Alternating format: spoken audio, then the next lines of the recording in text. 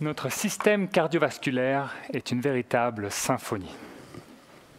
Chaque battement du cœur envoie des vagues de sang à travers nos vaisseaux sanguins vers les organes, comme les notes de musique se propagent dans l'air. Mais qui est le chef d'orchestre? Notre système nerveux, qui communique en permanence avec les organes pour faire des micro-ajustements selon les besoins de la symphonie. Un danger, il accélère le rythme cardiaque pour fuir. Au repos, il calme la cadence, il baisse la tension artérielle. Je me lève, il augmente la tension pour pousser le sang jusqu'au cerveau.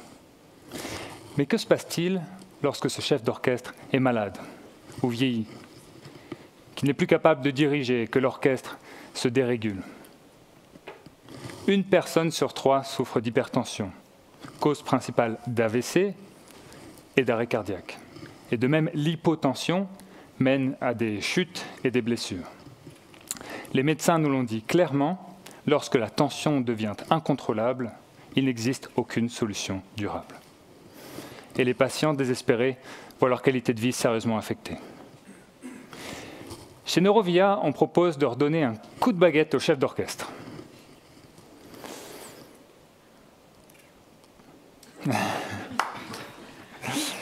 On développe un pacemaker pour la tension.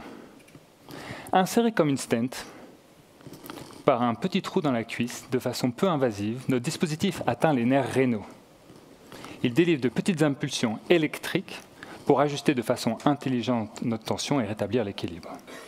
Alors, ça paraît fou, mais pourquoi ça va marcher? Notre laboratoire à l'EPFL est à la pointe de la fabrication d'interfaces électriques avec les nerfs. Et ces nerfs ont été stimulés par ailleurs dans d'autres études avec succès. On développe actuellement un prototype pour démontrer dans un modèle animal efficacité et sécurité avant de passer aux patients. Chez Neurovia, on réinvente la régulation cardiovasculaire pour que la symphonie de la vie puisse continuer de jouer. Merci beaucoup. Merci beaucoup William, magnifique innovation et beaucoup de projets santé cette année. Donc posez vos questions sur Slido. Et on prend une première question de Julien. Volontiers, merci, bravo, magnifique technologie. Moi j'ai une question par rapport aux besoins de financement. J'ai compris que vous êtes maintenant dans les tests animaux. Combien vous avez besoin d'argent pour aller dans le First in Human? Pour arriver dans un First in Human, on parle de quelques millions. Il s'agit de démontrer non seulement l'efficacité de notre prototype actuel, donc on arrive bien à moduler la pression, la tension artérielle du cochon. Donc ça, on a de bonnes raisons de croire que ça va marcher, parce que ça a déjà été fait, mais on améliore encore le prototype. Et on développe une version chronique, donc qui va être implantée sur le long terme. Mais ensuite, il faut démontrer sur plusieurs mois que ce dispositif ne mène pas à des complications dans un modèle animal. Ça va prendre du temps et des ressources. Et c'est ça qui coûte cher. Merci beaucoup. Marie-Jane, une dernière question du jury. Merci, bravo pour le pitch. J'aurais aimé savoir, est-ce que vous avez fait une étude de marché? Est-ce que vous avez trouvé des tentatives de développement de technologies similaires? Peut-être certaines ont même été commercialisées, peut-être d'autres pas. Et si oui, pourquoi? Oui, il y a un engouement pour différentes technologies pour traiter cette condition. Nous, on se concentre en particulier sur l'hypotension orthostatique, donc le problème à réguler la tension quand on se lève. Il existe différents dispositifs, mais qui ont soit des approches plus invasives, donc par exemple sur la colonne vertébrale pour des gens qui ont des paralysies, ou bien de façon non invasive, mais qui ne sont pas aussi efficaces. Merci. Question du public. Quelle est l'autonomie du système? Est-ce que c'est possible à remplacer si ça mal fonctionne une fois installé? Alors là-dessus, on peut se baser sur tout ce qui a été fait pour les pacemakers. C'est exactement la même logique. On envoie des impulsions électriques dans le cœur avec quelque chose d'implanté sous la peau.